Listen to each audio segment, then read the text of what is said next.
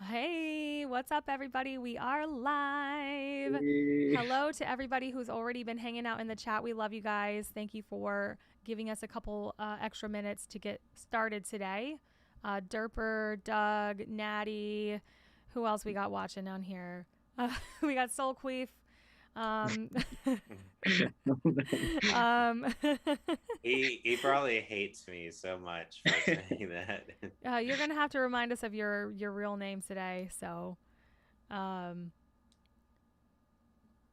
what are we? Okay, so what's going on, guys? What's new? It's been a couple weeks since the last stream, 2 weeks. I think that we should do the 1 week off a month thing more often. Hmm. No, Hmm. no. Nah. I found it really I don't refreshing. have enough bonus episodes with just Josh to keep the weekly podcast going. Mm. We're building the podcast up from scratch, from the ground up, so Ah. consistency is Well, key for at the those beginning. couple for those couple podcasts we did, they could just be 10 minutes of just bullshit, 10-minute segments. I posted the one, Josh, where that first week that TJ was gone for wedding prep, and we just talked about Marvel and DC, and Oh yeah. editing it. I had to listen through, and it was pretty funny. There were some good topics in there. A lot of ripping on Hobby. Uh, That's great. That's always Poor good. Javi. He'll be yeah, on one of these times. Maybe in August when we're all together, we'll definitely do one together. yeah, we That'll could be do one Yay. fun. All live, like, all in the same room. yeah. That'd be cool. Yeah, he's got to work, but it is what it is. We're adults. We got lives. We got bills. But at least three of us have this night off. Yeah, super excited to be, you know, meeting up with you guys next month. It's going to be a lot of fun. It's going to be a lot of Patreon content um, that we're going to be filming and all of that good stuff. So I can't wait. And I still haven't called to cancel my shitty hotel. I'm really afraid to do so. I'm afraid they're just going to say no, which is the biggest thing. So it was on my agenda today, but then I had to go to the dealership because I got this recall thing in the mail for my car. Whatever you got to do, errands, adult shit. And I've been putting that off for 3 months because of my wedding and my honeymoon and stuff. And I'm like, I got to get this taken care of.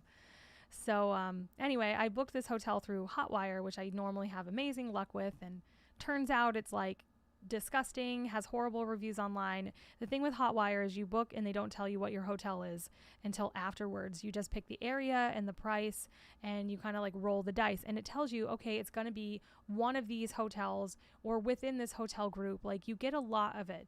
And you can read some reviews and they weren't all bad. And yeah, it turns out it's like a drug running place, and I'm totally freaked out. And I'm definitely not staying there.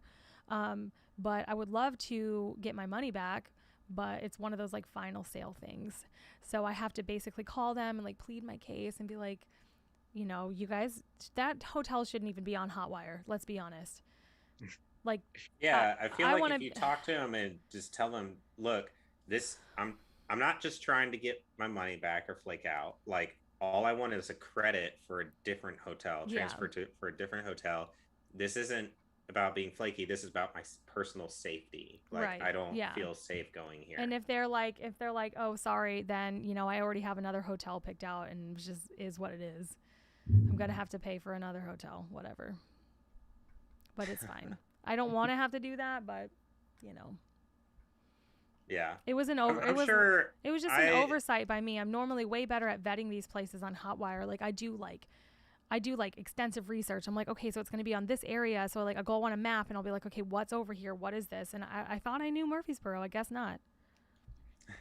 I mean in general, yeah, Murfreesboro is just a chill whatever Mm, town, but like any town, any city, it has places that are rougher than others, and this place just happens to be it's like right off the interstate, right where all the like truck stops and like industrial areas. So it's just kind of like, and it's a very rundown hotel, so did it's you one of guys those just see kind of their easy actual reviews though? Like like lot lizard hotels, I went basically. I on Josh, what were you gonna say? Well, there's a part of me that thinks I probably stayed at that hotel like years ago. I don't know. It had to have been one time when I I was remember that you and Kevin and some chick stayed at one in Nashville downtown. That was Javi. Yeah. Yeah. It was I don't think the I ever same stayed. brand of hotel, but it was in Nashville, and it was some Nights in. chick. Yeah, it was some chick, and I'm like, God damn it! Like as soon as I saw that I got a Nights in, I was like, fuck, it's gonna be trash because that place y'all said was like mad sketchy, and I was like, oh no. Anyway, I'm like, okay, I'm gonna Google this location because Google has reviews and ratings. I can read you guys some. Yeah. I know the room I stayed in. It was very, very sketchy, and there were like sunflower seeds and bugs on the floor. Like it was bad. Like it was honestly the Ooh. worst. Yeah, Okay. and it just sounds familiar because it was like a truck. It was like off the interstate. It was like a truck place, and it might Yeah. have been more towards Murfreesboro. I can't really remember. Okay, so the number one review, oh my God, nasty. They have roaches really bad. Literally have killed over 50 in a week. Oh my Okay, God. so roaches and bed bugs. Number two, roaches are mentioned in 20 reviews. 20, 13 mentioned bed bugs. Doors, wall, pay. Where do I see all reviews? Let's read some of these. Worst hotel ever. This person's mad because there was no shampoo or hand cream, which is stupid. See, that's normally when people give 1 star and they're like, there was no shampoo or whatever in my room. I'm like, that's stupid. Like, I'm just sleeping here. Doug has a good rule of thumb that if the door opens out to the street, it's usually not a good place. Yeah, that's like the difference between a motel and a hotel kind of thing. Like, it's weird. They have bed bugs and I'm allergic. You poor thing. It's weird because there's like a bunch of 5 stars. It's passable. The staff's nice, decent room. And then there was one. Yeah, but guess who's giving it the 5 star? Dead It's bugs. probably somebody that like left the hotel and then went home to their cardboard box. Oh, under dude. They the brought the bed bugs. Hey, homeless Dude. people have cell phones. They can leave Yelp reviews. So, it's probably 5 star compared to living on the street. Oh, geez. There was definitely some people. I think they removed this review because somebody was definitely like, there was people like drugs, like drug trafficking. Anyway. Josh, you'll appreciate this. I went to visit a friend in Georgia and I got a hotel and I just kind of like did and got one like a Comfort Inn, and all they had was the room with like 2 beds. So I had this massive room with like 2 beds just to myself. But I just like it was like the night before 4th of July, so there's like fireworks going outside the window, and I was just laying there watching Spider-Man: Homecoming and fireworks at the same time. This big room to myself. It's nice. I'm gonna read one more. Okay. And then we can move on. Absolutely disgusting. Worst experience I've ever had. Sleep in your car before you even consider sleeping here. The only good use of this place is if you're looking for a nice spot to smoke crack. It's probably a good place for that. They may as well provide complimentary pipes. Wow. Like, That's I'm not staying there. I'm not staying there. I can't. I already told Jordan, and he's like, just call him, try to get your money back. And like, I really just want him to call for me. They've just, I don't know. It's like a final sale. They're like, no refunds, exchanges, or anything. Like, isn't that what husbands are supposed to do? Like, make him call and be the bad guy? Yeah, exactly. Listen, my wife booked this, and I'm not letting her stay there. So what are you going to do for me? We're going to have to be that guy. That's pretty bad. Like, right? It's horrible. Yeah. I'm just like, I've never stayed somewhere that has reviews that bad. That's horrible. Whoa. Doug just said, I stayed in a place where somebody was found dead the next morning. Ooh. Wow. Sketchy. Ruled a suicide even though there were people going into the room late that night. Yeah, that is sketchy. Oh, and by the way, apologies, because I said Doug earlier. It was Doolin that made the comment about the doors. And then Soul Queef says, if it makes us uncomfortable, that we can call him Matt. He's like, I don't mind. It cracks me up. There it is. Your soul queef. That's who you are now. Put it on. Put it on your driver's license. But yeah, so we're in the go catch up process right here, where we're catching up in each other's lives over the past, because it's been 2 weeks since we've done a stream, so not just a week. But so yeah, both of you need to tell us about what's happened since the last stream. But I mean, we did just have 4th of July. Did you all do anything fun? Did you celebrate? Yeah. Yeah. I had a picnic. I had 2 picnics at 2 different uncles' houses, so that was cool. It's like tradition. We always go to my uncle and just have a cookout, and we play volleyball, and we had a horseshoe tournament. And I'm terrible. Like, I never throw horseshoes, but I put like it was like $20 on the line, so I definitely lost $20. Spoiler alert, but yeah, it was fun. And then we normally all chip in and get a bunch of fireworks, and yeah, it was a good time. Sounds like fun. Yeah. I think I've maybe played horseshoes once in my life, so I probably would have lost $20 too. It's hard. You'd think it would be like cornhole, but it's like throwing a 3-pound horseshoe opposed to a sandbag. It's like, it was pretty bad. I was throwing it all over the place. What'd you and Jordan do, TJ? We live in like America's most patriotic town. We're on a 4th of July parade route, and home of the oldest running or longest running, America's oldest 4th of July parade. They even had a parade last year during COVID. You know, they had like a drive-by parade. So this year, everyone was like wiling out for the parade. They never do them on Sunday, so it was on Monday. Jordan and Pete were in the parade. He was dressed like Marty McFly, and Pete was driving the DeLorean, so that was cool.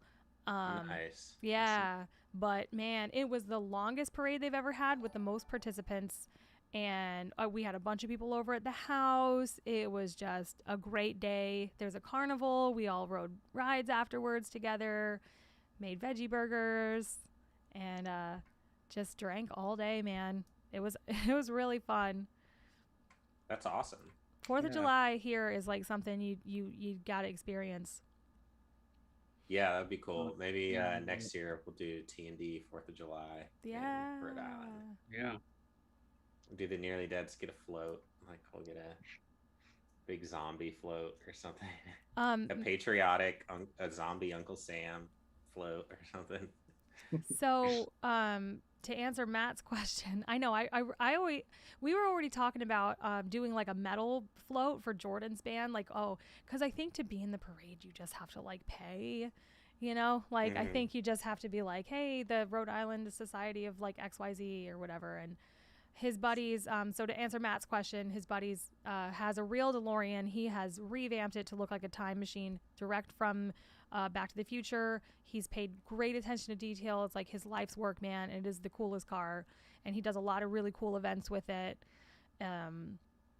He got featured on the Discovery Channel one time, like in one of the shows. Like, they used his car, so like that's like his dream, man. It's really freaking cool. But yeah, I think you just have to pay or whatever, and they have this crew of like other like movie cars, and they do a bunch of events together. So they did the parade this year, which is really cool. And yeah, I think we should definitely have like a punk rock one where we're on a flatbed like playing music. It would be really cool. Was the Ghostbusters car there? Yeah, that's what I was. What were the other movie cars? They won, man. So the Ghostbusters car, I'm gonna be honest with you, it's just a Kia Soul with like the Ghostbusters logo on it. Like, it's like lame. There was one day. There was a Kia Soul with a Ghostbusters logo. Yeah. Actually, I don't think the Jurassic Park Jeep was there, but there's a guy that has a real like screen ready, like the green and yellow Jurassic Park Jeep, and there's one that has the other one, the red and tan. Gray. Yeah. The gray and red one. So Tori's cousin John actually has the green Jurassic Park, and he lives in Shelbyville, kind of outside of Murfreesboro here, and I'll see him driving through sometimes, and it's always cool. Like the one. Shoot, I'll post these. Yeah, it's got the teeth I on need to. it. It's the Yeah. the green one that they go around the track on. Yeah. That's awesome. Oh, actually, yeah. This I'm gonna post these, I guess, in the Discord. Um, yeah. Yeah, Let me share post them these with pictures in everybody the there. Discord so you guys can see.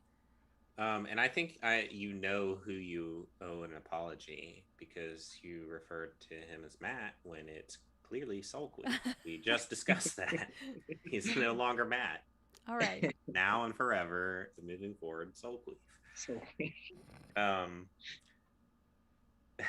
yeah, the Jurassic Park school. Oh, you remember that picture I sent you guys when I think I was headed to Chicago for a Mew concert one time, and I was just driving, and then I had to get Tori to take a photo because this Jeep pulls up next to us, and it's got all these like blood handprints on it, like zombie things, the radiation sign. But when I pulled up next to it, in the driver's seat, it was a skeleton driving. It was like a skeleton frame, and we just pulled up next to it, and like I kept pace with it because I was trying to figure it out, and you could see there was like a black curtain or something in between the driver or like the back seat or something. So clearly he had rigged it to where he's driving somewhere in the pot in the car that you can't see him, like he wow. and then the skeleton is like arranged in the driver's seat and it has its hands on the wheels and the wheel turns when he turns. So like whatever he's doing to control that Jeep. And I was like, God, this is crazy. I've never seen this before. Damn skeleton driving a zombie Jeep. That's crazy. Um, I mean, that would be difficult. He'd have to be driving from like the back seat.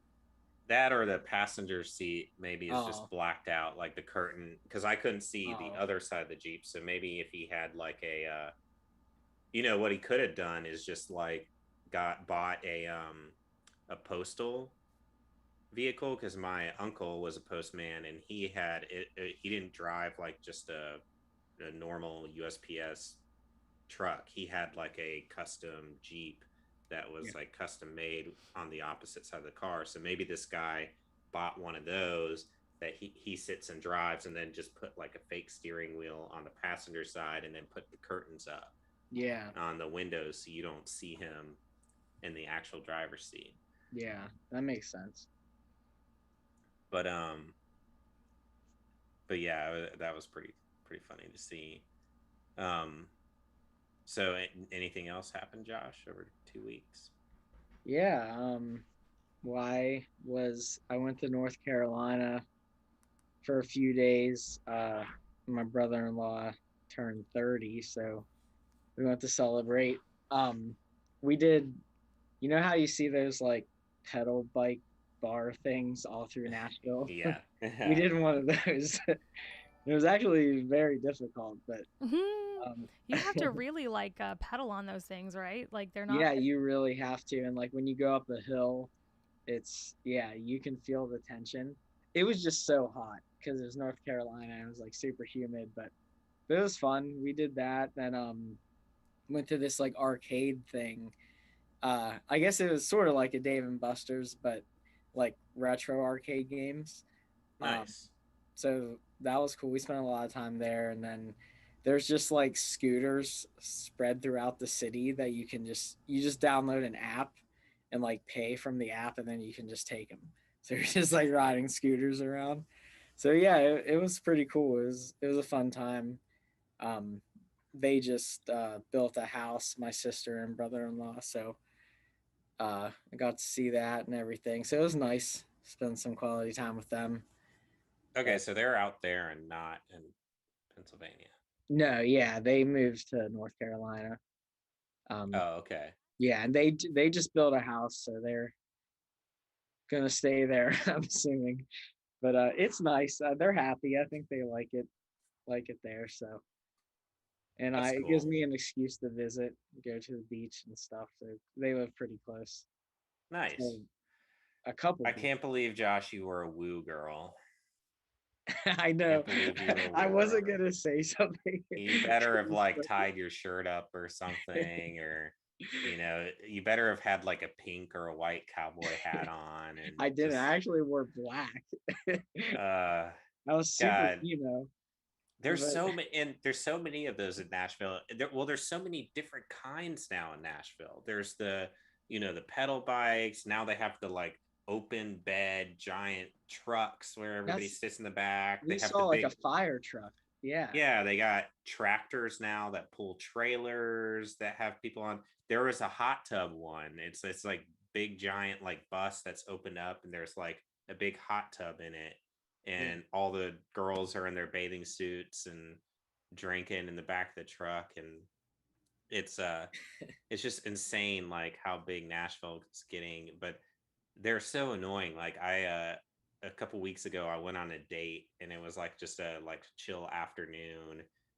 We just wanted to get some coffee and we went to this place down Yeah. in the gulch and but we were sitting outside because it was before it got real hot and we are just kind of sitting on the porch area outside and I swear like every every 5 to 10 minutes we'd be talking and having good conversation and then I'd have to be like hold on 1 second as the woo girls passed and they're like in the Oh. trucks or the pedal bikes and they're just screaming, the music is blaring and it's so loud you can't even hear each other talk Yeah. and so you just have to like pause as they go by and then it's like okay what were we talking about.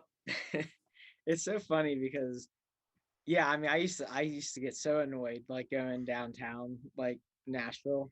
Mm-hmm. Um but being on the opposite end of it when you have a lot of drinks in you Yeah. and you're blaring music, you don't give a shit.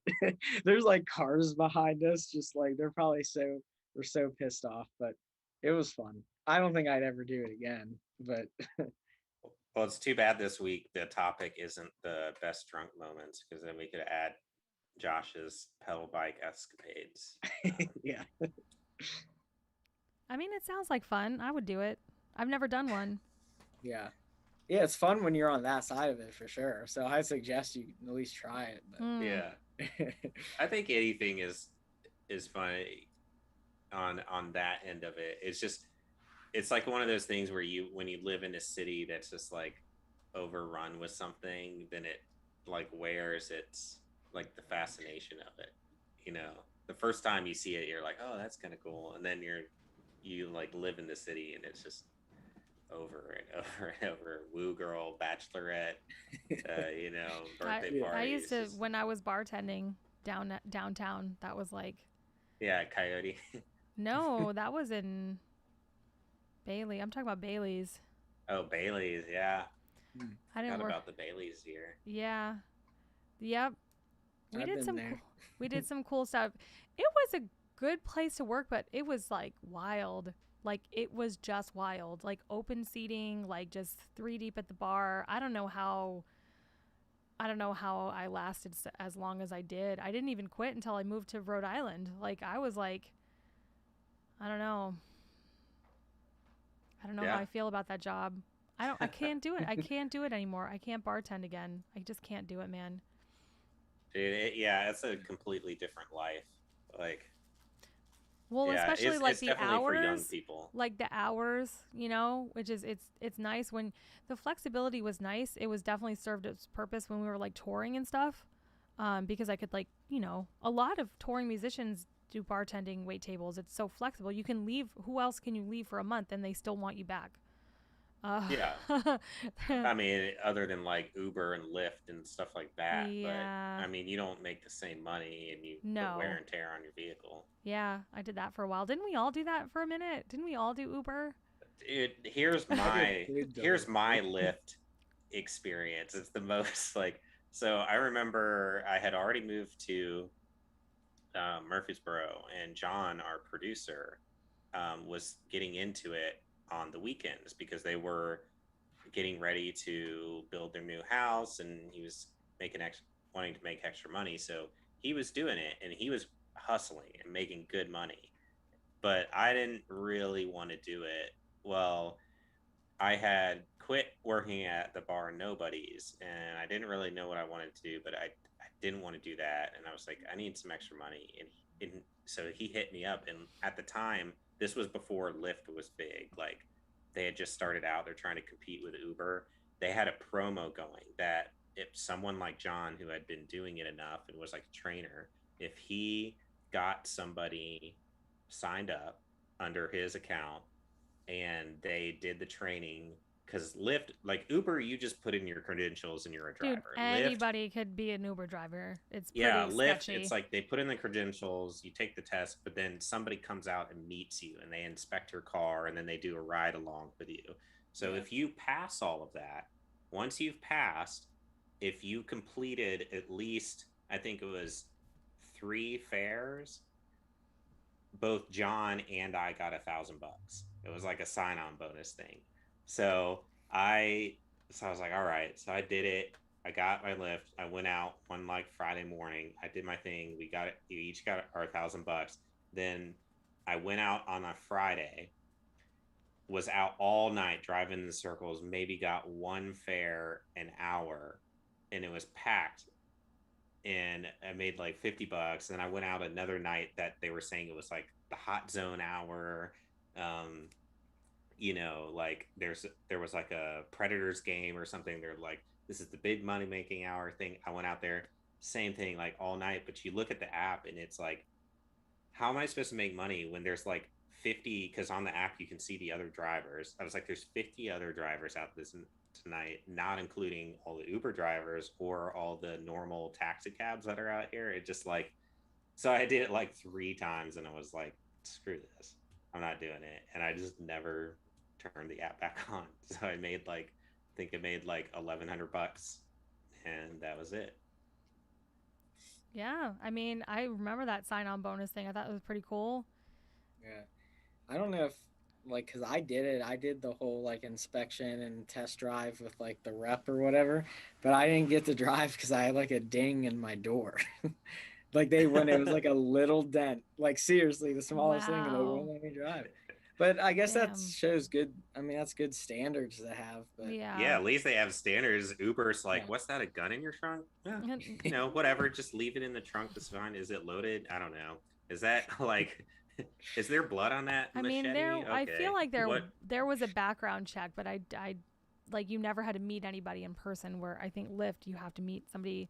I had to go to some room. I had to go to some group meeting, and like actually learn how to do it at one point.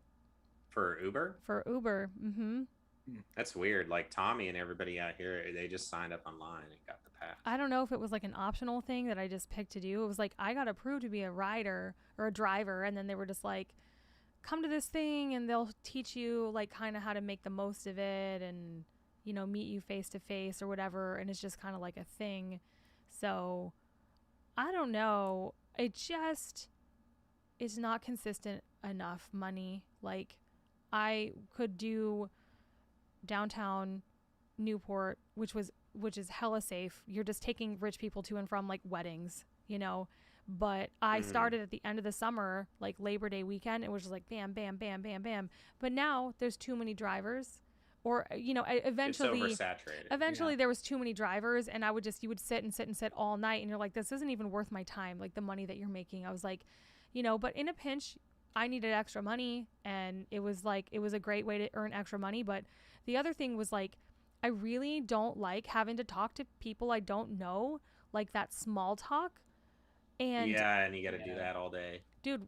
Okay, some people just sit. Dude, when I'm in the fucking the Lyft or the Uber, I just fucking sit. I don't want to talk to you. If I want to talk to you, like I'll, you know what I mean? I kind of gauge it, but I don't like being in those cars and having the person talk to me at all. Like, I don't know why.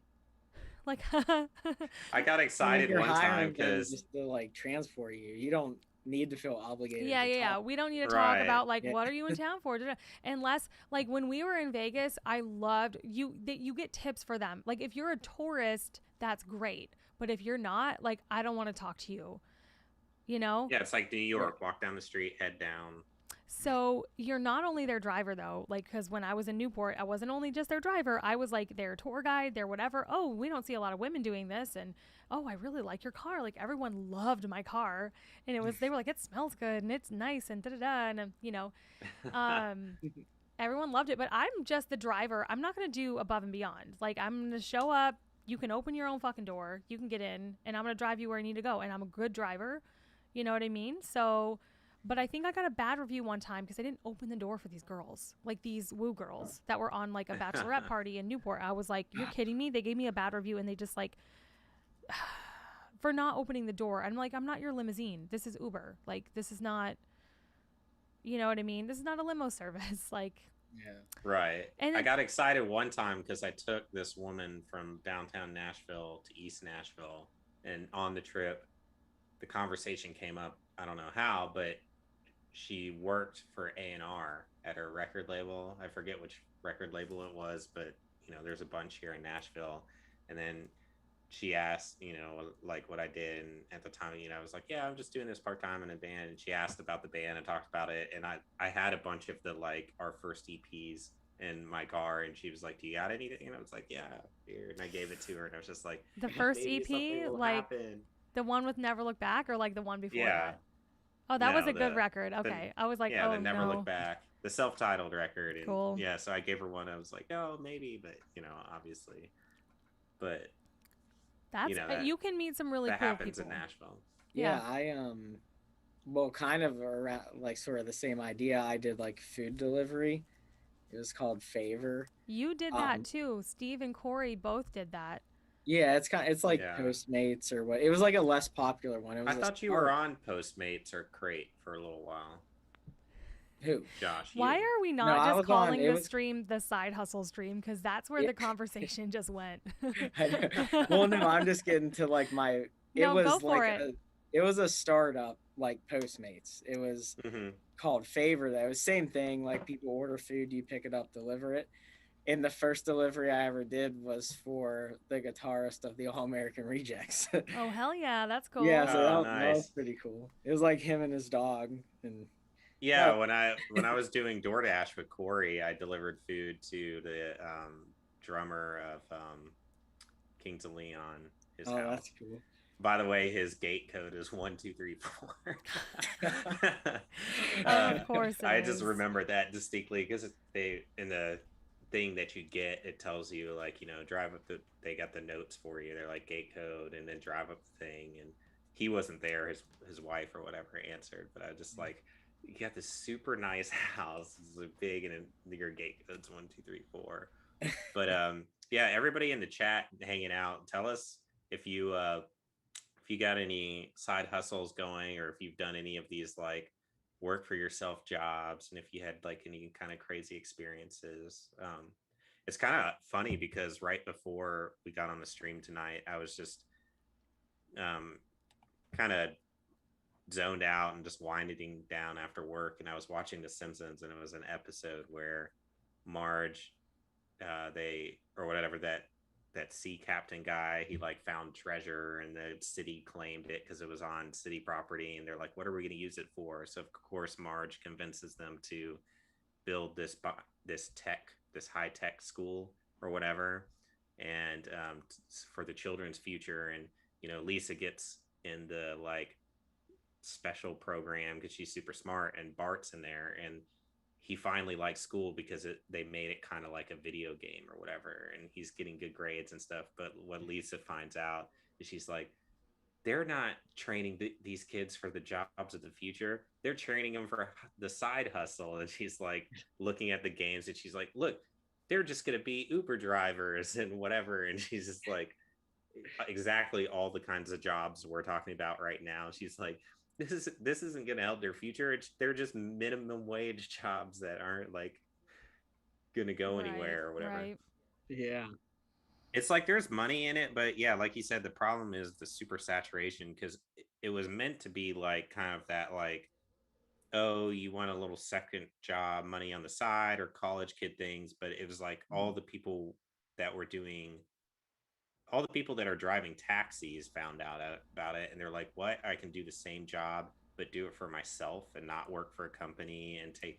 So they're all doing it now, and a lot of them are immigrants and stuff. And I've talked to one, and he makes great. He was talking about the money he was making. He made great money, but he's working like 10 13 hours a day doing it. That's how you make good money. And that's just, I mean, it's nice to have the freedom to just be like, well, I don't feel like working today and not turn on the app. But if you want to make any sort of decent money, you got to put in those kinds of hours. And the problem is most people, us lazy Americans, are not going to put 13 hours a day, you know? Yeah. It's way too easy just to be like, I'm not going to work today. Because I definitely did that. Oh, I did that this week for sure. I was just like, I was scheduling out my week, and I was like, yeah, no, I don't really want anything Friday. I'm gonna take Friday off because I need to. I mean, fix stuff at my house and mow the lawn. It's like, yeah, because you're like, well, when I worked for Favor, you just select your own schedule, and like it was nice at the beginning because nobody was really doing it. They were like startup, but so I would like be super flexible with what I wanted to work, but then it just got like everything else way too saturated, and I couldn't even get work anyway. So yeah, it's just tough. dude. Why does every Wednesday someone's doing lawn care? It's like a part of the stream now. I'm so sorry, guys. I can't hear anything, so I think we're good. Okay, cool. When I edited the last one, I didn't hear anything either. So. Okay. Do you guys want to move on to the next topic? Yes, you get us started on that. I need to get some water. I've been drinking this cold brew, and it's just making me thirsty. Okay, cool. So the first topic we're gonna do today is the toys that made us, which I think is super cool. Have you seen the show on Netflix, The Toys That Made Us, Josh? No, I haven't watched it. I didn't know it was a show. I'm gonna go ahead and assume that's why Steve was like, "Let's talk about the toys that made us." It could have been. Okay. It could have been let's talk about the toys that made us as individuals, right? But I think it all kind of stems from that show, which it just goes into the history about like why, like it goes into the history of like Hasbro and why these toys were made, or like how they were made, or who designed them, or whatever. So, anywho, and I want you guys in the chat, whoever's watching, like come on here with like your favorite childhood toys or something that you really resonated with, whether it be like a doll, a game, like I don't really know. So are we going to talk about what our like favorite childhood toys are, Steve? Yeah, I was like, well, these were some of the topics that we kind of came, we were talking a few weeks ago, and we just started going off on these tangents, and we're like, let's save this for an actual topic. And I felt like at the time when we were bringing up toys, talking about Napster and childhood things, it was kind of making me think of like the toys that made us, that show kind of. So Josh has never seen it. No, I've never seen it. It's a really fascinating show. It's kind of like how it's made, but like for your favorite toy. Yeah, that sounds. They talk about like My Little Pony and like things that like a lot of it were things that were meant to fail or didn't get funded, and then all of a sudden they just took off and blew up. So I would say like, I mean, we could talk, it could be any toy, but like, I would say let's just discuss the toys that we had as kids that we were most excited about, like our favorite toys. But I feel like a lot of them are going to be this kind of like nostalgic, like things that were super popular at the time. Like, so I'll go first. Because this is really the only thing I can think of, is that because obviously when I was a lot younger, I had My Little Ponies, obviously, and Care Bears and stuff like that. But does anybody know what Grand Champions are? Grand Champions? Grand Champions are the most beautiful horses in the world. They're horses. They're just horses, but they're realistic. They're like realistic, and like the way that you play with them is that they come with like a barn set and like a comb, and like you can braid their hair. So that was like my thing. I was a horse girl 100%. I Girl Scout camp, and I did horseback riding lessons, and I went to Girl Scout camp just because I could go to like horse camp, for like a week. They teach you how to ride, and you ride every day, and you go on like, you know what I mean? I love riding horses. I haven't done it in like a long time. Not since I, lived in Kansas and took lessons when I was like in middle school. So really, really long time ago. But Grand Champions were my thing. I had a shelf that was lined with Grand Champions horses. I would. So I'm imagining it's kind of like the grand champions are to My Little Pony as like American Girl doll is to like a Cabbage Patch Kid or or a something. Bratz doll. I remember watching the Toys That Made Us on My Little Ponies, and I was like, oh my God, I had this one with this on its butt or whatever, right? And the Yeah. lady, okay, so the lady that invented them, like, has total beef with them not looking like real horses. But as soon as they Right. started making them in rainbow and pastel colors, is when they started selling. And she was just like, that's never what it was supposed to be. They were originally like brown and black and like real horse colors. Yeah. And, you know, Wasn't it two women though? Or was it just one? I thought I like think it it was a was two woman women and then and like one was bitching about it and the other was I think it was a like into woman and it. a man, and like the dude took credit for it or something. I don't know. Uh, yeah, you'll have to watch the show again. I mean, I can't really remember. I just remember her being like, I never approved of that. And then it's like, but it made It made them you really really. successful. And then Um. I'm watching to segue to like, or to tie in with what you were just talking about. You're talking about The Simpsons. So the woman who does Bart Simpson's voice, Yes. she was got her start in voice acting. She was a voice actress on My Little Pony. Oh yeah, yeah, Well, that's yeah. cool. I remember that. Pretty Yeah. interesting factoid there. I love like finding out about voice actors. I listened to an interview the other day with Billy West, who basically did all the voices from our childhood. Like he did Doug, Beavis, or no, he did Doug, Ren and Stimpy. Mm. Oh, I nice. think he did something in Rugrats. What He's was this, the a voice. podcast?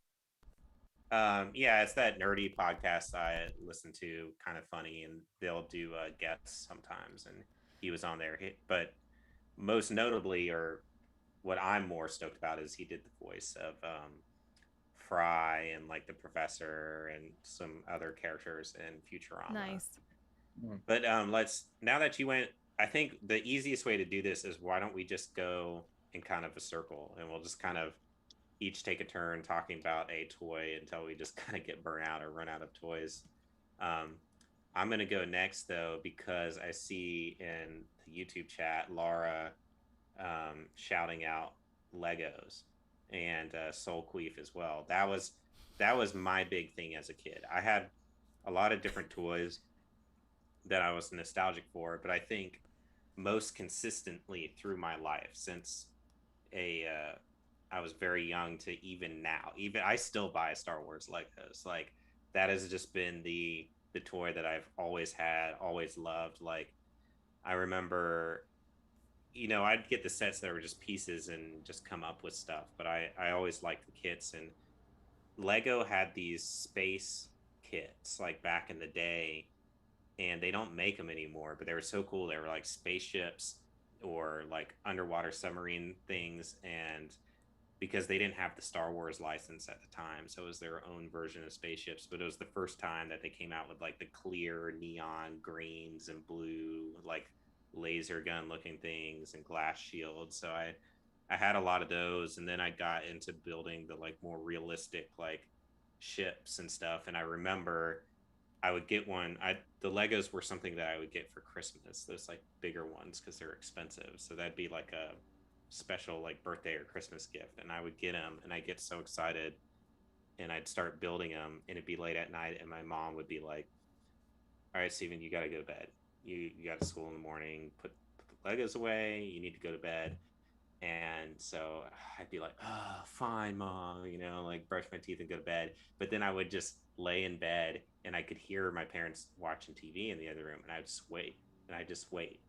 And then as soon as I heard the TV turn off, and I'd see the lights go out because their room was upstairs and mine was downstairs, I would get up, turn the light on, and I would stay up all night just building my Legos and finish it, and thinking I was going to get away with it. And then the next day, like my mom would wake me up for school, and she's just like, "How'd this Lego get built? Were you up last night?" I'm like, "No," and she's like, "It wasn't finished when I put you to bed." I'm just like, "I don't know." But I'd stay up all night, Hmm. and I don't know. They're just so much fun to me. And yesterday, I watched the newest episode of Lego Masters. Like, I don't know. I love Legos. Joshy. Okay. there's a lot of toy highlights in my life. There's a lot of toys that made me who I am.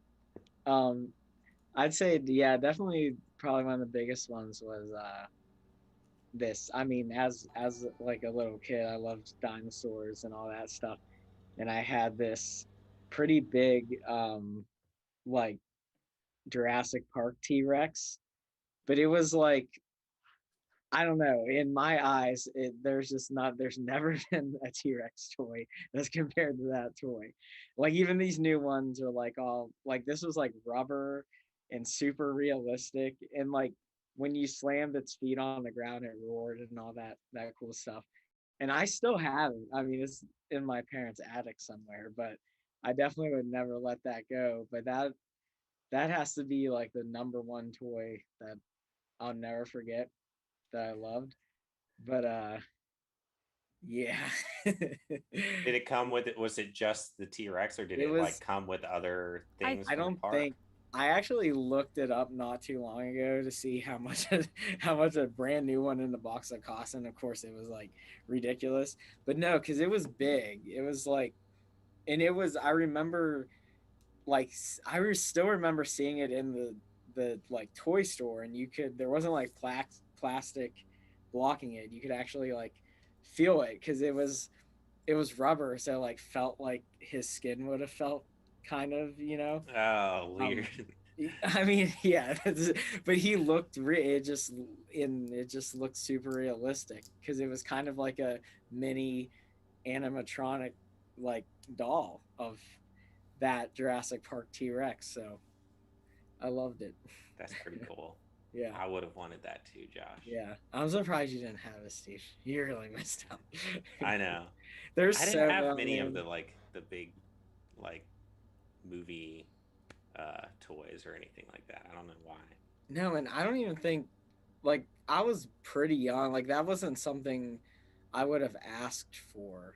I think, like, my parents just knew I loved the movie Jurassic Park and loved dinosaurs and stuff. So I don't know, but I'll never forget that was my favorite. I think I Nice. remember that toy because I think like the babysitters had it. Like as soon as you were like, if you slammed it on the ground, it like roared. Yeah. I think I remember playing with that as a kid, Yeah. possibly. You guys had cool toys. You guys had like boy toys. I had girly Yeah. toys. Should we include the chat as one of part of the round? Should we shout out Yeah. some? I see a bunch in YouTube. Twitch, you're kind of slacking today, so I don't know. And is anybody watching us on Facebook, or is it just like a sad stream where there's like no one watching it today? Because I'm not seeing any I don't have Facebook Facebook comments. up. It always crashes for me, so I This only guy, got YouTube. well, we got at least one guy watching and commenting on Facebook, Travis. So hello to Travis on Facebook. I mean, what are you gonna do? On YouTube, Tonkas. I've seen a lot. Tonka trucks. Doolin has got said. cat plushies, Pikachu plushie. There was Mangrove was saying metal Voltron lions. I think I've seen a lot of those Voltron toys, but I didn't have any of those. Natty shouted out Connects. I had those. Those were those the ones? It was kind of like Legos. It was like the long sticks, and there were like the cog pieces, and you kind of snapped them. Yeah, I think I had like a drag racer. More, STEM toys for boys. Girls got What not. about like Lincoln Logs? Lincoln. Well, that's like when you're young. I don't know. Hey, there were girl versions of Legos. I feel like I played with Lincoln Logs and I was like dollhouse set. an element, like young, like little. Maybe, but you can make some pretty cool stuff. I always had, you know what? I never really. Well, we totally had Legos. Every kid had Legos, but we also had Duplos. Do you guys remember Duplos? Yeah, those were like the big ones, right? The big ones for babies. Yeah. And they came in this giant bucket. I don't know if they're like for babies, but I think that was like the gist because they were like Legos, but they were bigger, so like a little kid wouldn't choke on them. I think that's why they were. Laura is upset that I said just for boys. No, I mean that sarcastically because it's like we come from this era that like those toys were only marketed to boys and like, I don't know, I only played with those toys when I went to the babysitter's house because she had 2 boys. So anything, any Nintendo or anything that we ever got exposed to, Jurassic Park toys, He-Man, all of that stuff, it was like literally at the babysitter's house because she had boys and she had all that kind of stuff. This is T-Rex. Is that what you saw? Nice. Yeah. Nice. I feel like I had a friend who had that. Like I never had it. Nice. Good. That's a good one, Joshy. Yeah. Lego definitely outshined everything because, yeah, you're right. There was a bunch of different things that tried to do the same thing where, yeah, there was the Connects, like you said, the Duplos. Lincoln Log was another builder thing, but there was also, do you remember a Rector set? It was there were like metal pieces that you had like screws and things to put together. I feel like a Rector set and Connects were like the same type of thing. Yeah, except for one was clearly not a good idea for kids to have all these like metal pieces and screws and like washers that they don't make those anymore, on. I don't think. What about like easy bake ovens and like there were like boy versions where you made like edible bugs and like creepy crawlies.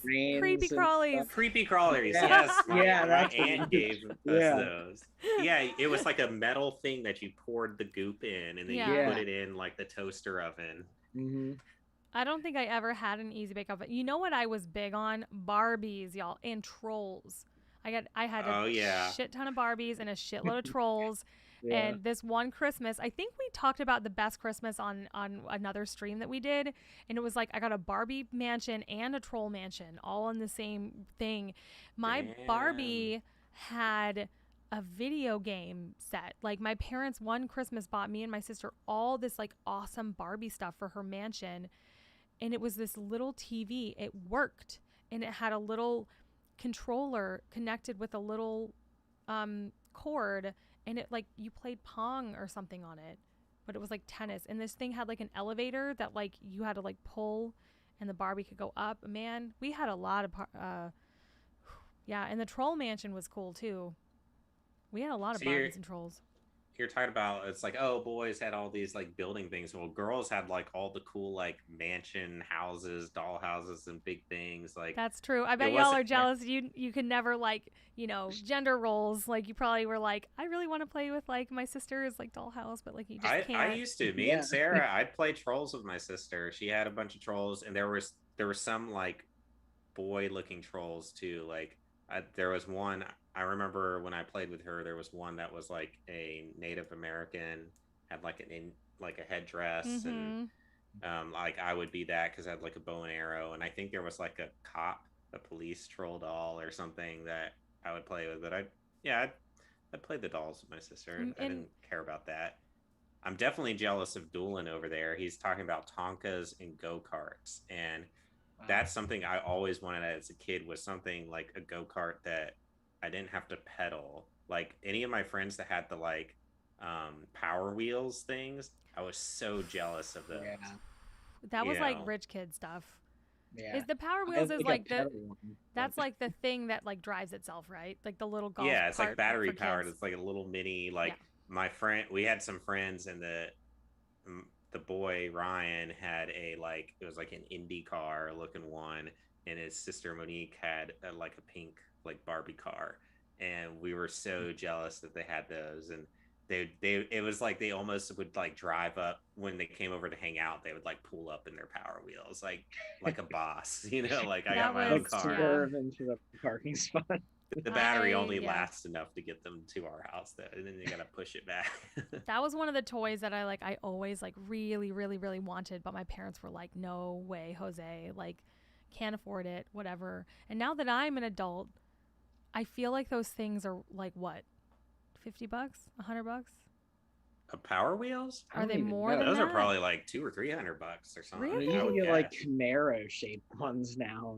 Yeah. I seen on the Home Edit Netflix show, they did like Khloe Kardashian's garage, and her kid has like her own space for her cars, and they're like miniature Audis and BMWs and shit, and it's super oh my goodness, cute. but like disturbing all at the same time. Like I don't know how this child is gonna grow up, like, but yeah, I don't know. I always like, now I'm just like, I feel like I see them like at Christmas time and I'm just like, man, that toy's only like $50. Like, but back in the day, like that was a lot. Like those toys are really expensive. And I'm just like, I don't know. Like I don't have any kids now, but I feel like because I didn't have a lot, I would like spoil the shit out of them if I did. Oh my God. Can I tell you guys about a weird dream I had last night? Sure. Yeah. Is everyone ready for the segue? Is it appropriate for the stream? Yeah, it is. Okay. Do you guys mind? No, go for it. Okay, cool. This is what you guys watch this for, right? Random segues.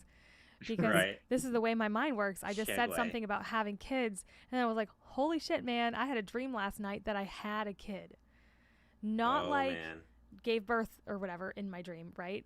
But like at some point I had given birth and I had a baby, and I literally in the dream forgot I had a kid. And I left it somewhere, and you guys, you all were in the dream. The band was in the dream. The band was playing a show that I couldn't go to because I was too pregnant whenever you were preparing for it, right? So I was like, no, I'll just go and then I'll film it. And then, like, what? None of this makes any sense, right? Right. And there was tornadoes in it too, like just as a side note. It sounds you're from Kansas. So I dream about tornadoes all the time, and I think we've probably mentioned it on another stream, right? Because I feel like we had a conversation about recurring dreams at one point. Yeah. Like that recurring dream, or what do you always see, right? I have dreams about tornadoes all the time. Maybe it has something to do with some trauma I went through as a kid, whatever, because there was tornadoes all the time. And then me and a bunch of people are in the basement. So the baby is in the basement, right? In the dream. It's in the basement in the little fucking baby crib. And I just left it there. I leave it there for like days and days and days. And I go, and I forget I have a baby. Like I have complete amnesia that I was pregnant or whatever. I just completely forgot, spaced out the whole experience. In the dream, somebody was like, something from earlier, like I just talked to an old friend and they were like, hey, how's your summer going? And I was like, everything's great. And in the dream, I'm like, why would you not say everything's great? I had a kid, like da-da-da. Like I just did not, it was like it never even happened. So I go to this show and I see you guys and I'm like filming it, right? I'm on the balcony and I'm like, okay, I'll do like the live stream or whatever. Cause like, I'm just not in the show. You guys are doing like an instrumental show or something, or like, I don't even think there was a singer. I whatever. So, and we're performing in like a concert hall. It's not like a bar or a venue. It's like a concert hall. Right. All of a sudden, I'm like, oh fuck, my baby. Like I left the oven on or something. And I panic. And I'm in just the middle, or like somebody comes and hands me a phone and it's like, you know, my stepdad, and he's like, you forgot about your kid or whatever. Anyway, and yeah, so I remember like panicking and then like calling Mom and Bob and just being like, oh my God, like, is the baby dead? Like, it's been in the basement for 4 days and no one's fed it or it would be dead, right? A kid would be dead after 4 days. But also, like, I'm assuming in the dream my mom lived at this house. So I'm like, why did they just let me leave it there? Like, what happened? You're the person that these commercials are for. Because I've been listening to the radio and on the podcast, I keep hearing these commercials where they're talking about, like, leaving your kids in the car and how deadly it is, and with the heat, like, and babies. And I'm like, how many people's kids are dying in their cars and they're leaving the commercials? Like, some things that you can do is put something back there that you always need to get, or set yourself a reminder on your phone. And I'm just like, who forgets their kid? Like, how is that a thing? Why do you need a commercial for this? TJ is the reason we need these kind of commercials, because she'll leave her kid in the basement for 4 days or in the back of a car. Like, just and I wake up at like 6 a.m. and I just text Jordan immediately. Let me kind of read you guys. 9 a.m. Babe. He goes, question mark. What? I had the weirdest dreams, like tornadoes. and also I had a baby and then forgot I had a baby. Like, it was so real, man. I remember, I must not have gotten very good sleep last night. That's what they say when you can't remember your dreams, right? Sir Marcus was like, "This is you," and quotes in your dream. Ha ha! I bet my kid would love. Oh crap, my kid. So, yeah, but apparently the baby was fine. Like, at the end of the dream, like, I called, and I'm like, oh my God, is the baby dead? Like, I just completely forgot I had a baby. Like, literally, like, I left, like, the iron plugged in or the oven on. Oh my God, Mom, rush over to my house, make sure it's not burnt to the ground. I think I left the stove on. And they were like, nah, the baby's fine. I don't know. I don't fucking know. And then I guess I woke up. Wow. But, that was. That's What does it hilarious. mean? What does it mean? What does it mean when you have a dream that you have a baby? Then What do you mean? You have a baby. Doolin just says, I think dreams are rarely literal, though. It could mean you like potato chips.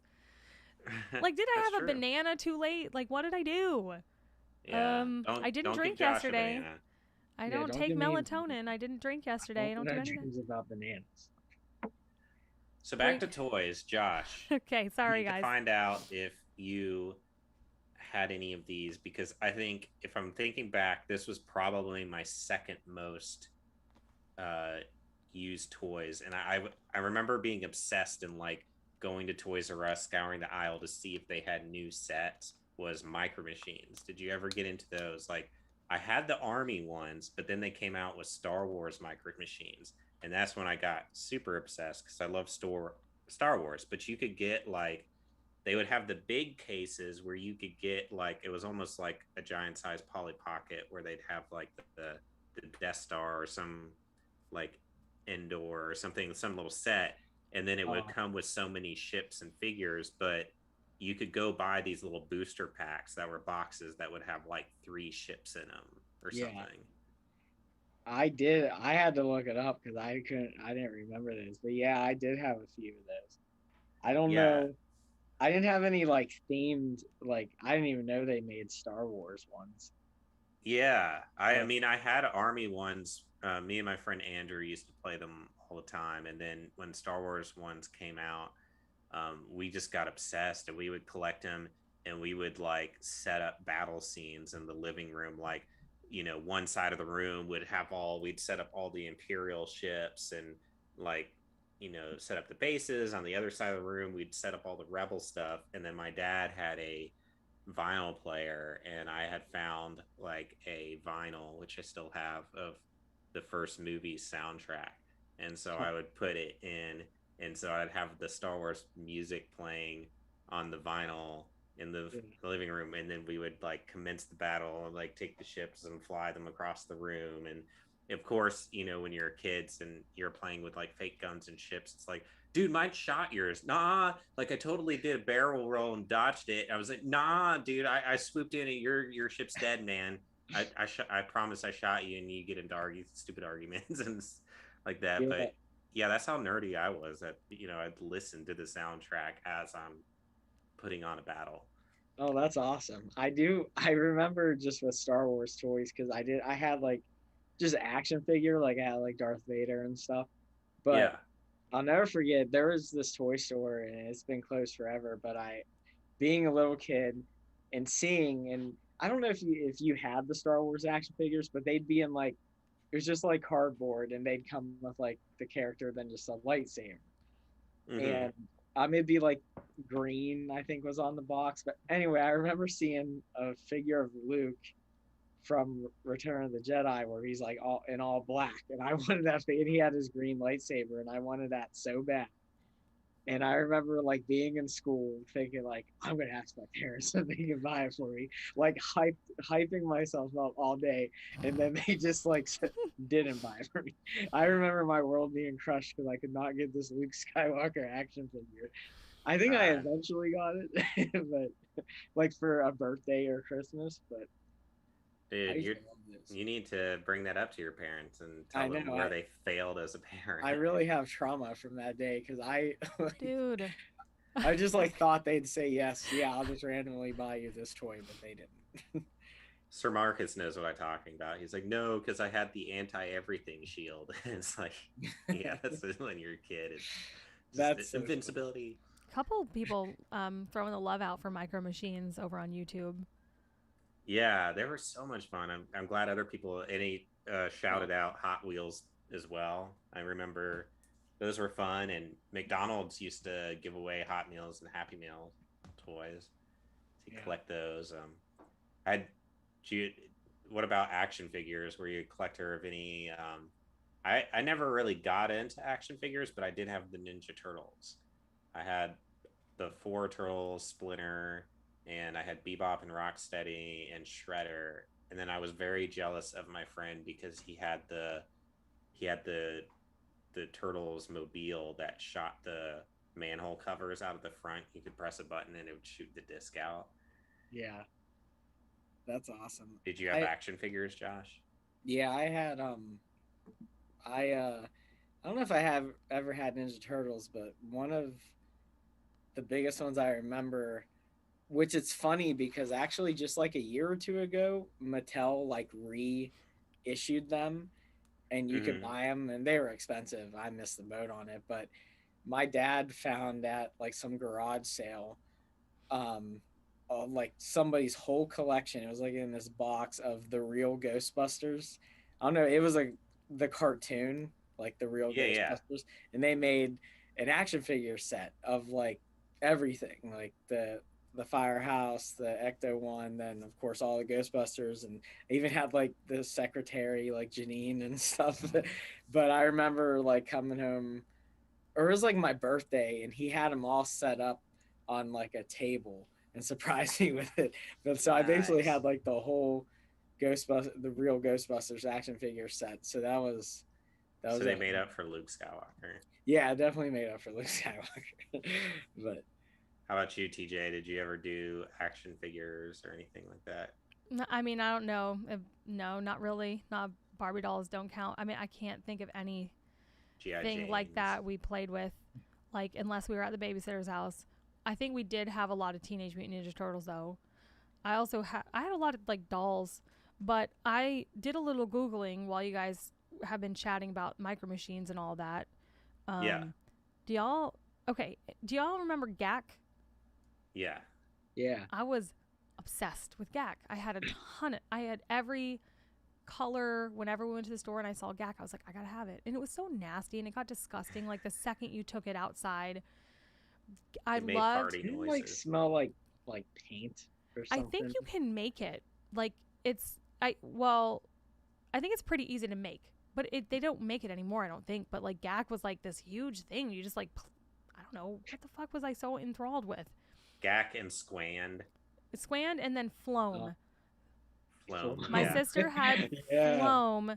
So I have, an older sister. Whatever we had to have like equal, basically. Like, you know what I mean? So I had GAC and she had Floam. I had like the yak back little recorder things, and then she had like something else that was. We never had the same things. So we never like shared, but we had similar things, right? Right. It doesn't really make. I mean, it makes sense to me in my head. I'm like, we never had the same like the Barbies and Trolls thing was probably because I was more into Trolls and she was more into Barbies. I don't really even know. We didn't really like have a lot of things that were just like.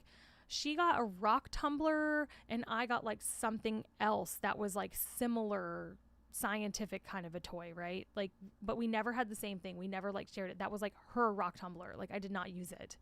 Those were big. But I just Googled like 90s toys and I was like, oh my God, GAC. Like, yes.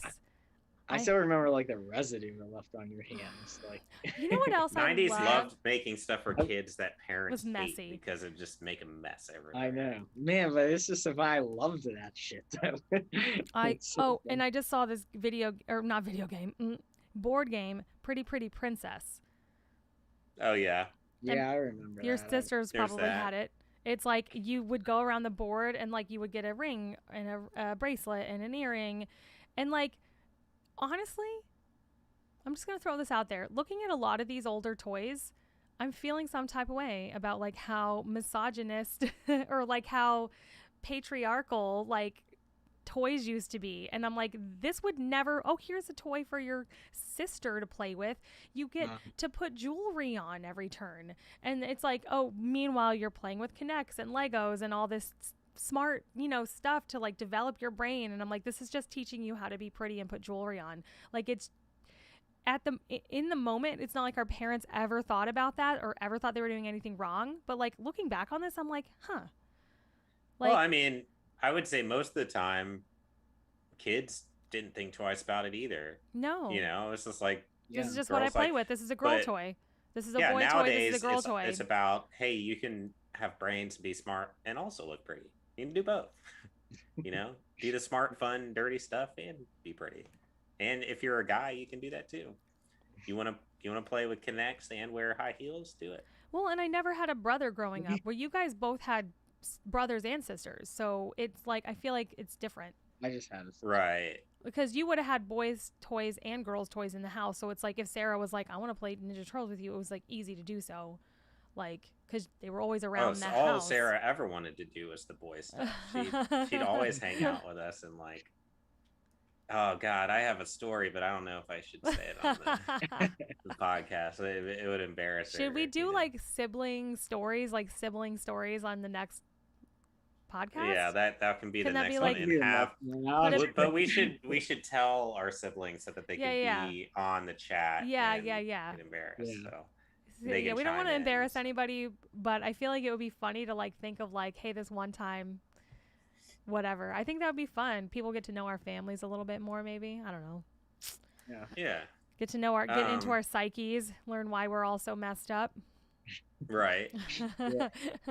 Should we? I think we had a lot to shout out there. Should we go ahead and do housekeeping and then jump into some chat questions? So I know we're creeping up at the end here. Yeah, we can do some housekeeping, streamer questions. Anybody out there has any questions? Laura said, who loves Harry Potter a minute ago? Or Bionicles. What's Bionicles? That sounds familiar. I remember Bionicles. That was Weren't they kind of like little Transformer type things? Yeah. Or no, it was I remember the Lego. Commercials. It was like the Lego action figures or something. Yeah, something like that. Like I remember the commercials. Like they were like cool. It was almost like an episode of something. I don't think I ever had them, but I love the commercials. But I love Harry Potter. I mean, yeah. Doolin shouted out Pez dispensers; those were fun, and candy cigarettes. Yeah, everything was a fake cigarette when I was a kid. Pretzel sticks, right?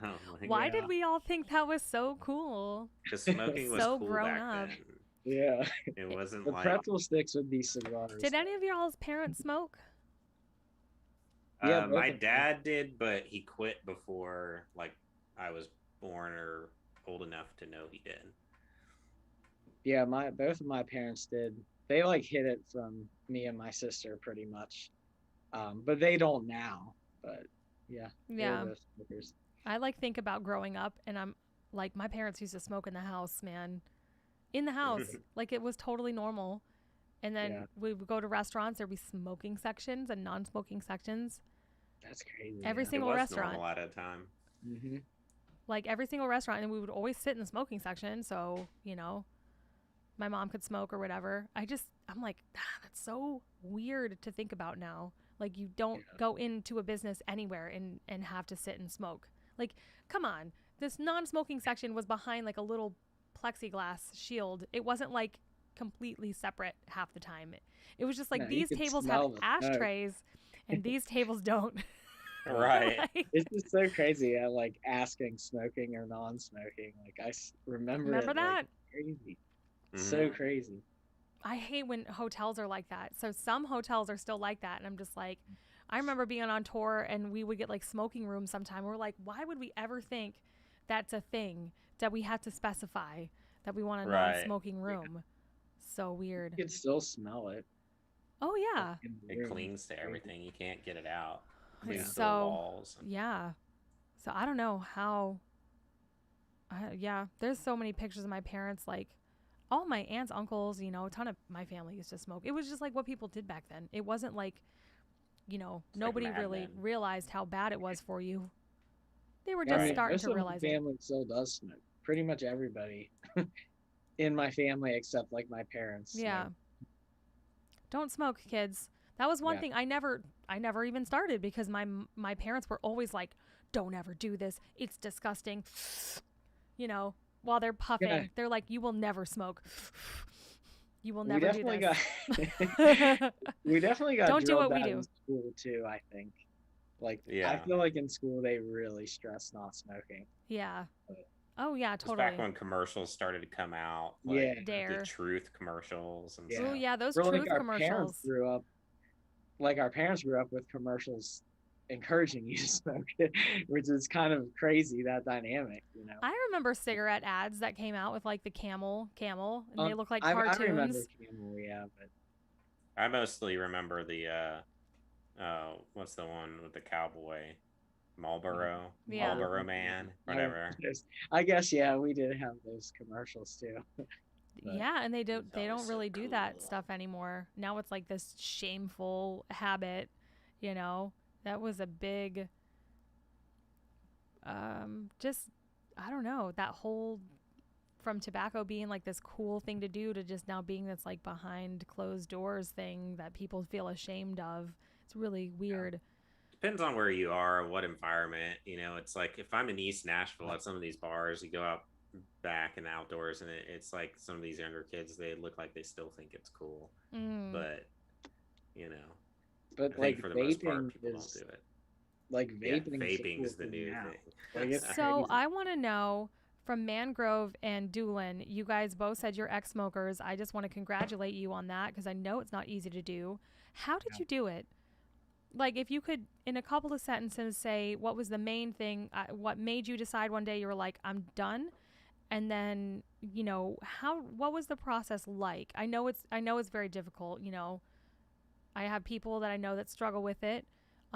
Jordan actually used to be a pack-a-day smoker way before I met him, I guess. And then one day was just like realized it was kind of contributing to him like overeating and gaining weight, I guess. I don't know if he's okay with me telling this story, but he just cold turkeyed one day and said he locked himself in his room for 3 days and just never smoked again. Like he just had a moment where he was like, I'm sick of being unhealthy, I'm sick of being overweight, and I'm done.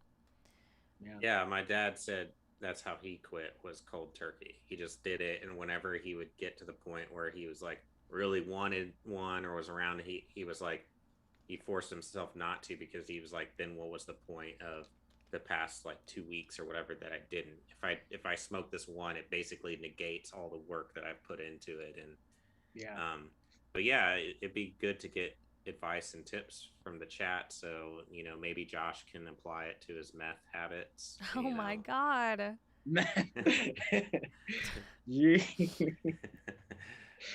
Yeah, so housekeeping, you're dealing with a chemical and habit thing. I don't know, but yeah, my parents did it like cold turkey too.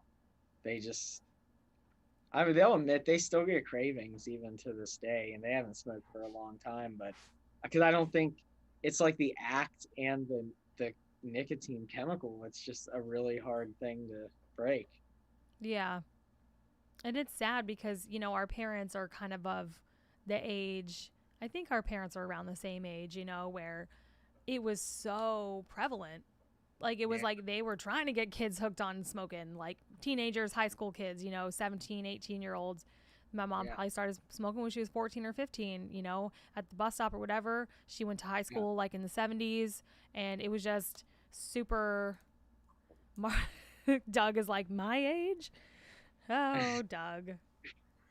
But I was gonna say that like that's a whole other thing, is most of like people, our parents like started smoking when they were like 14.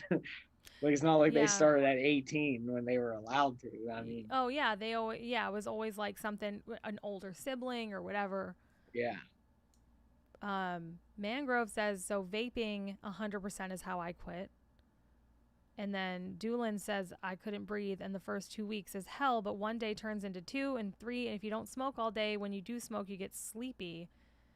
And the day I had to quit, I had to work the next day. So oh man, sleep deprivation. Wow. I mean, I think there's something to that. Like, you have to not have anything that's going to stress you out and make you want a cigarette. Right? Right. Yeah, and so you have to be like, fuck it, if you stay up all night, whatever, that's just more hours. You're just like, I can do this. I'm not going to smoke today. I don't know. Yeah. Yeah, man. You'd really have to break that, I don't know, that habit of like everything that makes you stressful, you're just turning to a cigarette. You'd really have to break that. Exactly. Yeah, exactly. That's any habit, and any Yeah. habit you can unlearn as well, but it's usually like you need to replace it with something else. Like, my mom's tried to quit several times, and she always, it's like the fixation of having something, so she'll have like candy or something to hold, like a lollipop or something, like I've Yeah. heard all these tactics, but man, it is so hard. So hard for people, and I feel for them. Yeah. But good for you guys for quitting. Really super proud of you guys. It's definitely not healthy. It's definitely not great for you. And maybe somebody out there will listen to these tips or hear this story and maybe decide to turn a new leaf over today. So thanks for sharing, guys. Yeah. Do you want to do some housekeeping? We're going to do some shout outs for our Patreons. Thank you guys all who are in the stream right now and who are members of our Nearly Dead Zombie Nation Patreon. We appreciate you guys so much. You guys keep the show on the road. You keep us recording. You keep us doing these live streams. Thanks. Thank you from the bottom of our hearts. It really means a lot to us. Yes. So I'm doing this. Okay. You got the list of the people. We're going to shout out our dead executive producers. Right. Yeah, no, my bad. I thought you were going to go through the Patreon rigmarole first. I mean, that was kind of it. I did have it just here a second ago. Where did it go? The link to join the Patreon, as always, is underneath the stream here across Josh's face. Patreon.com/thenearlydeads. Even $1 a month makes a big difference to us. And like I said, help support us. We're an independent DIY rock and roll band, and everything that we do, we rely on fan support for. So if you guys enjoy the music, enjoy the content, definitely consider joining, because it means a lot to us. Even if you can't join, we totally understand. Share, we just love hearing from you guys. Keep up with us on, Facebook and Instagram, and keep streaming our music. And that helps us a lot too. Tell a friend. All right, I got it pulled up here. So yeah, our super special producer patrons this month are Paul, Craig, Derper, who's on Twitch right now, Doug, who's also on Twitch, Ninja, Yaroslav, Craig, John, KNC, Patty, Bobby, and Bill Ford. Yay! Love you guys. Thank you, producers. Yeah, thank you. You guys are extra special. Yeah, our favorite kids. And there's we're not doing a giveaway this week. No, I actually just trying to keep all the content rolling. I made an executive decision. I purchased the giveaway on Etsy, so that it's getting shipped out, and so hopefully I'll have it before next stream, and then I can show it off and people can see what they're getting.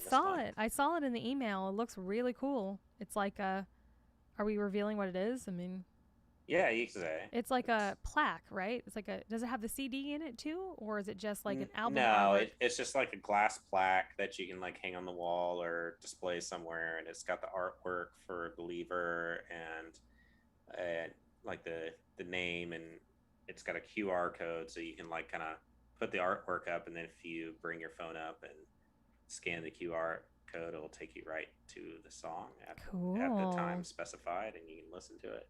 That's really cool. Awesome. I hope somebody wins it that like has a bar or something who could like hang it in their bar and like people can scan it, or like have people over to their house and be like, hey, listen to this, check out this cool band. That's so cool. I love that. Yeah. Yeah. Unfortunately, since it's like just one QR code, you have to pick one streaming device, and so I just did Spotify since it's the biggest right now. So hopefully Yeah. most people have Spotify. Well, none of my parents do. They were all like, when we released it and we posted this, whenever we release a song and we're like, here's a Spotify link, they're always like, what's Spotify? How Or do do I they have work Apple this? Music or No, they don't have any of that shit. They don't know what, no. They can go on YouTube. That's all they can do. Mhm. And they'll be like texting me like, I try to listen to your song, but I don't know what this is. I don't know what. And I love them so much. I'm just like, this is the way of the future. They still right? listen to music. You know, it's just how people listen to music now, right? Yeah. I've been listening to podcasts on Spotify because one of my favorite ladies has like this exclusive deal with Spotify, but it's still free. So Yeah. it's pretty awesome. I didn't know, but these streams that are now podcast, they get uploaded to YouTube as well, so you can listen to it on YouTube as an audio file, like podcast. The podcast, yeah. Yeah, so like Sweet. your parents can listen there. I don't know if they want to listen to the whole hour-long podcast, but they're too busy watching, you know, sitting in their recliners and watching TV. Yeah. Let's see. Doolin says, has anyone watched The Tomorrow War on Prime? It's really good. No, I wanted to see it. It looked cool. I like sci-fi. I like Chris Pratt, so I think it's a recipe for Tomorrow War. What is it? Is it part of a franchise or is it just an original film? No, it's just a new movie. It's a cool concept. It's basically like people or them from the future, or people from the future come back in time and start recruiting people from the past to go into the future and help fight a war. That sounds like Terminator. Yeah, like reverse Terminator. Reverse Terminator. Man, I want to watch Terminator tonight now. I don't know. It's a good night for a movie, right? Yeah. Yeah. That one looked cool. Something cool. Maybe I'll watch that tonight. I don't know. There's some other ones that I wanted to watch. Reversed Looper. Dude, Looper was amazing. A great movie. Yeah, that's a good movie. Have y'all done your homework and watched Tenet, by the way? No. Am I not always telling you to watch that movie? Yeah. What's it on? It's weird. It's like Tenet. It's so good. No, what's it on? Like Netflix? I think you can do it on Prime. I saw it. It's on HBO somewhere. Max, and okay, I need to watch it. I don't know. I've just been bad about movies lately because I'm a very like social movie watcher. Like I like going to the movies with people who are watching with people, so I can like discuss immediately after. And most of my movie watching friends have moved, so I've been more into TV. Let's do this. When we're all there, we'll all watch it together one of the nights. Okay, that sounds We'll good. have like our band bonding night, you know, yeah. And we'll get, you know, and we'll watch that movie and then we can all talk about it, because like the only thing I wanted to do after I saw it was talk to people about it, and like watching it, like it's going to be cool watching it with you guys who have never seen it, because I know everything that happens. So I'm going to be sitting there like, ooh, ooh, ooh. Like I know what happens to this person. You try to spoil it the whole time. I'm not going to spoil it, but it's like watching Fight Club the first time and then watching it the second time and being like, yes, you notice all these little clues and you're just like, holy shit, this is the best movie of all time. Yeah, or The Sixth Sense, you know, you pick up on all that stuff. You pick up on all the little clues and little things. Doug's gonna buy cigarettes and watch Terminator tonight.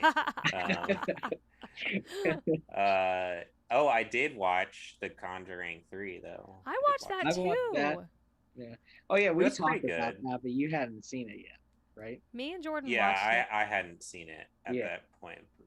I thought it was good. It's a love story.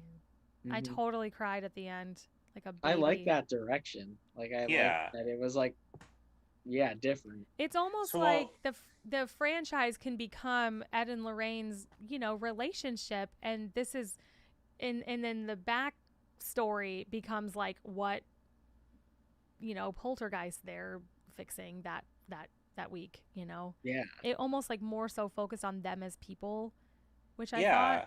was And really I a liked good the direction to change take of it in. pace where it was like It not so wasn't much in one house. It was kind of like it was yeah. almost like a mystery where they're having to solve, like, find this person, chase them down, and And I it was was like worried with it not being James Wan that it was gonna suck, but the new director actually did a fairly good job. Like, I would say number two is still my favorite, but I I did enjoy it a lot.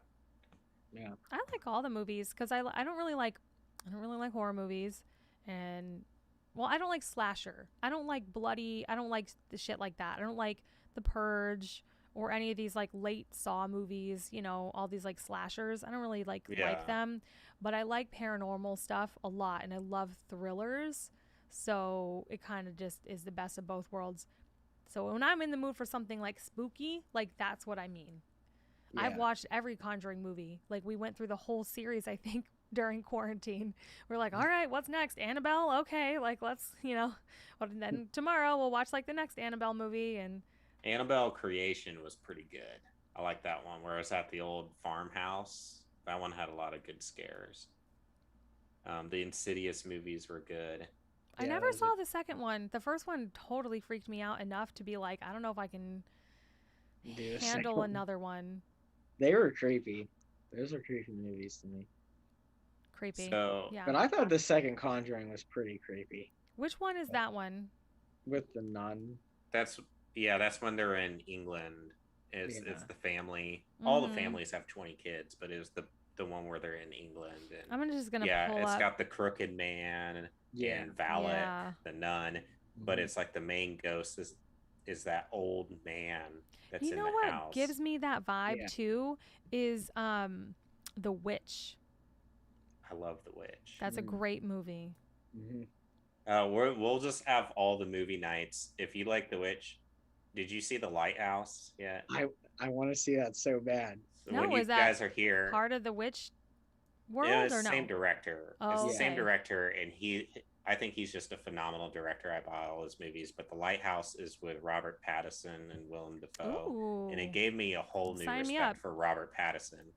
But it's all in black and white, and it's basically about Stockholm syndrome, but it's like super weird Ooh. and uncomfortable. Yeah, we should. Yeah. Well, that sounds like something I want to watch tonight. Shit.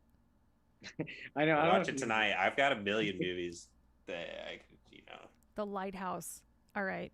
Yeah, Because I it's want so to. I could watch something creepy. Jordan always is like, Jordan's obsessed with horror movies.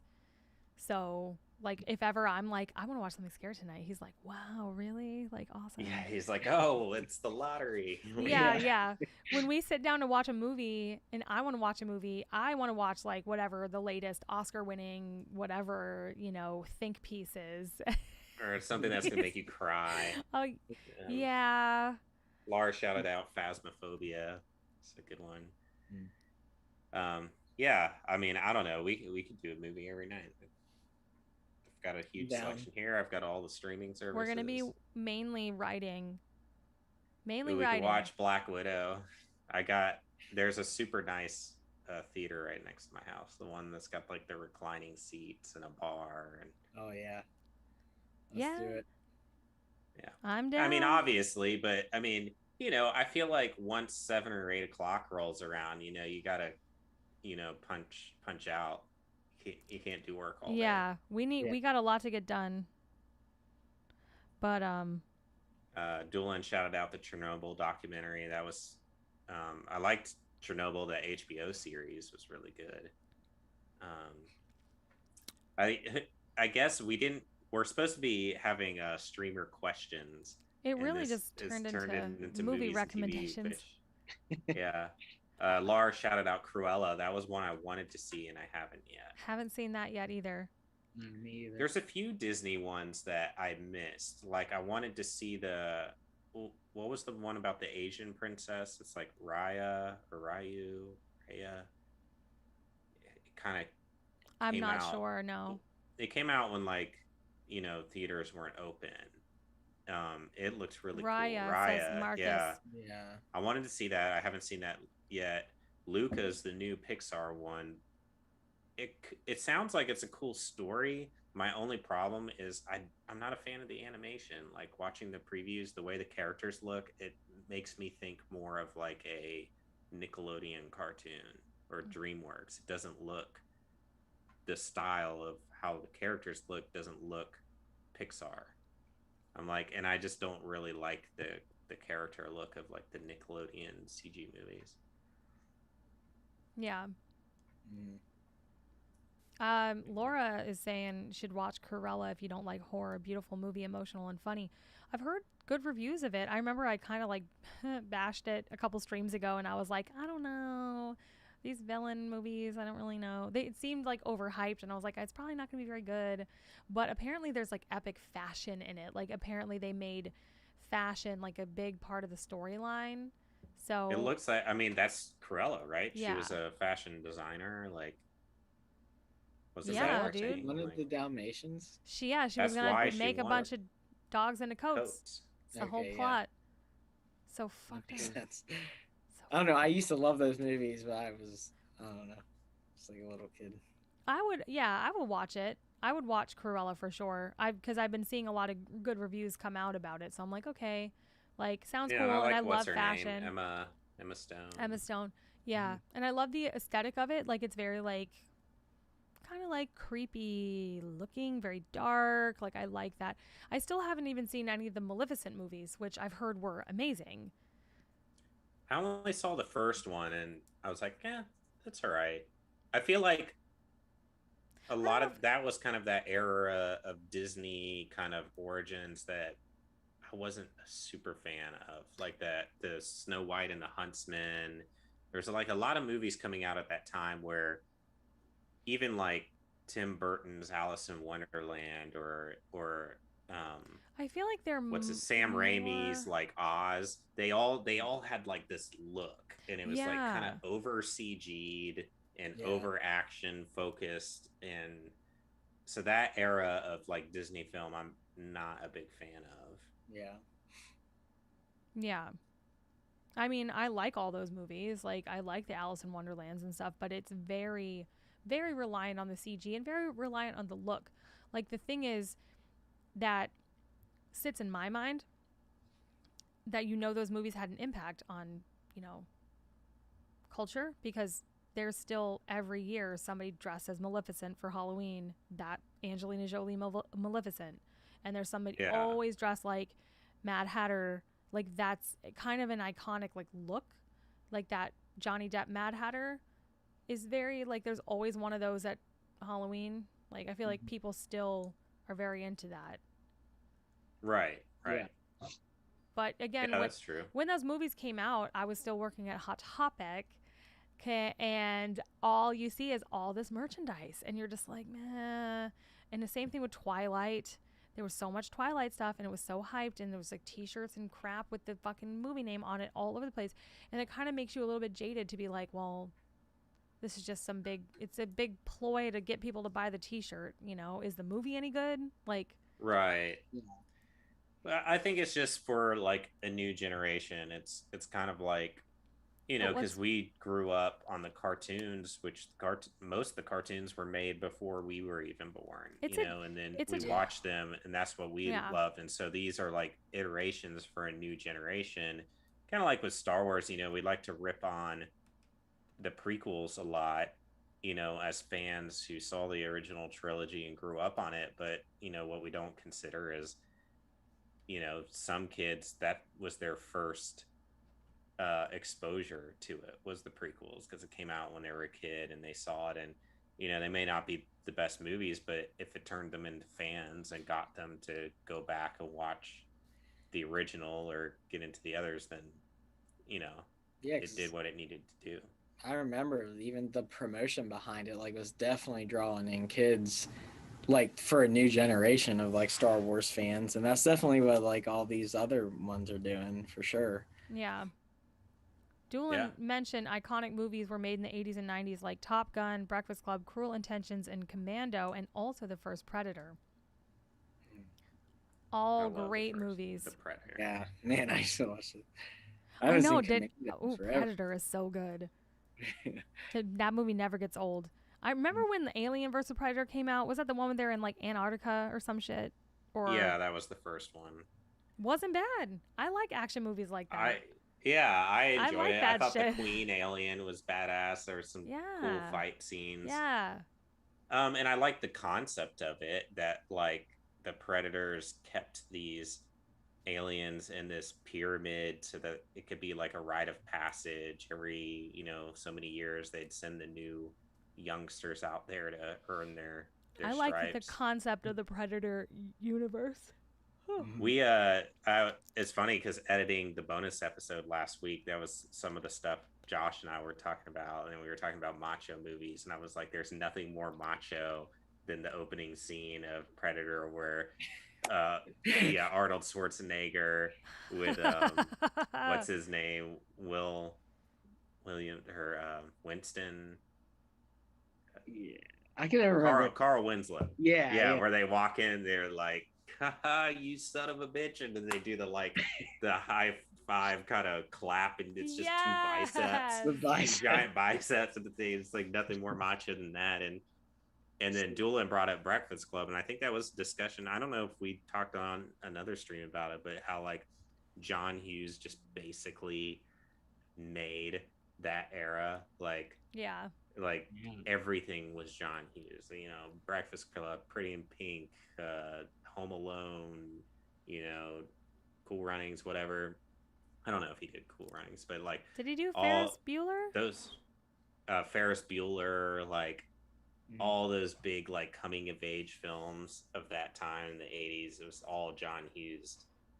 I mean, he's brilliant. It's like, man, how does one person come up with all of these like hit after hit after hit? But it was just all relatable.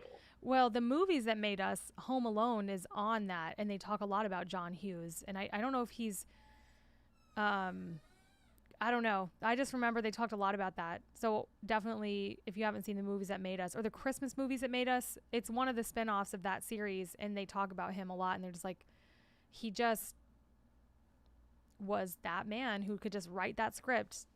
I don't know. Yeah. And John Candy was like massive at that time. Yeah. Oh yeah. It was a cool era of film.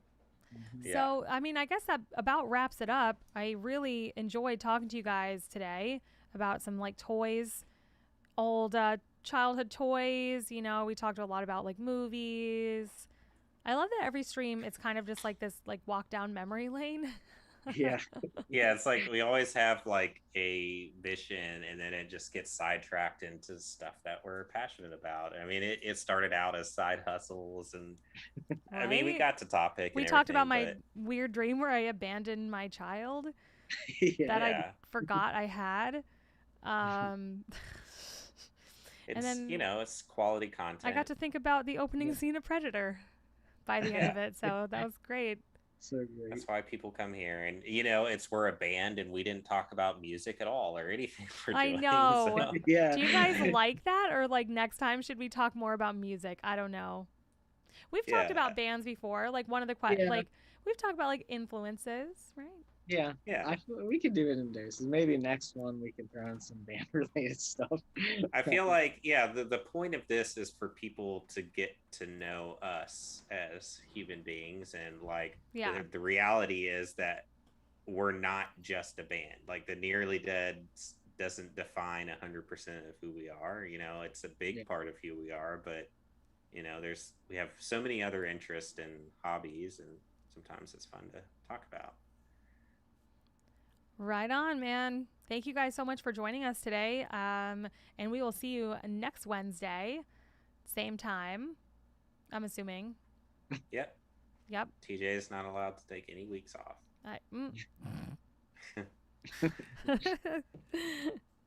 All right, guys. Well, thanks for chatting with us. We love you guys. Thank you for supporting us on Patreon, and also, of course, for supporting our band, The Nearly Deads.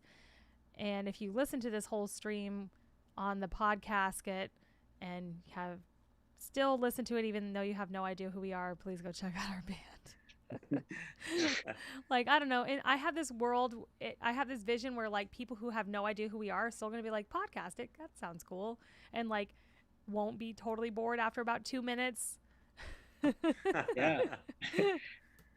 Anyway, yeah, no, wishful thinking. Right. All right. Bye, guys. Bye.